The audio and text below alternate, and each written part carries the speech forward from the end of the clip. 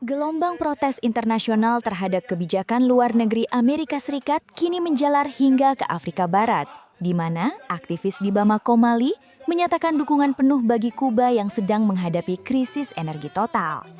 Situasi di Kuba mencapai titik kritis pada awal 2026 setelah perintah eksekutif AS memberikan sanksi berat bagi pemasok minyak ke pulau tersebut, yang diperparah dengan runtuhnya pemerintahan Maduro di Venezuela sebagai sekutu utama mereka. Demonstrasi ini menonjolkan tumbuhnya solidaritas blok anti-hegemoni antara negara-negara di Afrika dan Amerika Latin yang merasa memiliki musuh bersama dalam kebijakan ekonomi Washington. Konten ini memberikan sudut pandang global mengenai bagaimana krisis di Karibia bergema hingga ke jantung benua Afrika, menciptakan narasi perlawanan kolektif terhadap apa yang mereka sebut sebagai imperialisme ekonomi di tahun 2026. Constatant que la situation économique et sanitaire de la population cubaine se dégrade de façon très inquiétante, constatant que cela est la résultante, entre autres, de la politique d'asphyxie économique imposée par le gouvernement des États-Unis d'Amérique, constatant le non-respect des principes fondateurs de la Charte des droits de l'homme et de la Charte des Nations Unies sur cette terre humaine, ayant été témoin, car nous vivons là-bas, des combats de ce peuple de Cuba digne de sa résistance, de sa détermination à construire son propre destin, sans ingérence extérieure, à bâtir son projet de pays, même dans les conditions les plus difficiles, constatant le silence absurde de la communauté internationale sur les violations flagrantes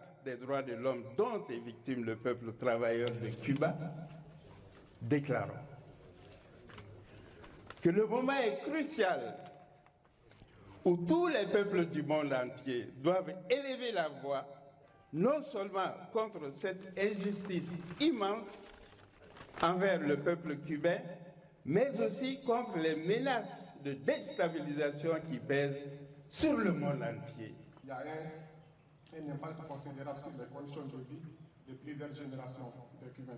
Soulignons la nécessité de faire entendre notre ferme condamnation des menaces de tout genre, y compris le recours à la force, notre exigence de respect du droit international et notre solidarité avec le peuple frère de Cuba en ces moments difficiles, sinon très difficiles. Demandons à la communauté internationale, notamment les peuples souverains, les Nations Unies, les organisations internationales, la société civile mondiale et les amis de Cuba d'œuvrer urgemment à la protection du peuple cubain et à la préservation des acquis de son développement, tant sur le plan de l'éducation, la santé, l'agriculture, le sport, la science dont nous avons été bénéficiaires. Demandons aux autorités souveraines maliennes, qui ont toujours été en relation fraternelle avec Cuba, d'user de toutes ces influences pour renforcer les liens de solidarité avec notre Cuba querida. A passé plus de temps à être vaincu sur la totalité des continents du monde. La situation actuelle à Cuba est très délicate. L'intention cruelle et inhumaine du gouvernement des États-Unis de punir tout un peuple, de provoquer la famine, la misère et une crise humanitaire à Cuba uniquement parce qu'il cherche désespérément de provoquer un changement de régime dans mon pays est évidente.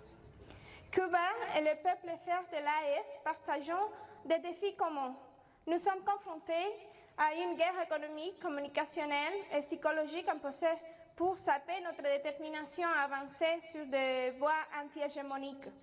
Le peuple cubain a résisté et résistera. Les peuples de l'AES résisteront.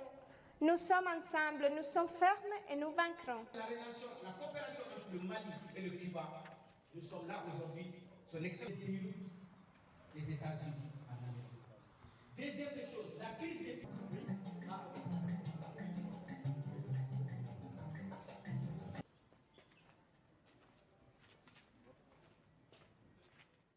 Jelajahi cara baru mendapatkan informasi. Download Metro TV Extend sekarang.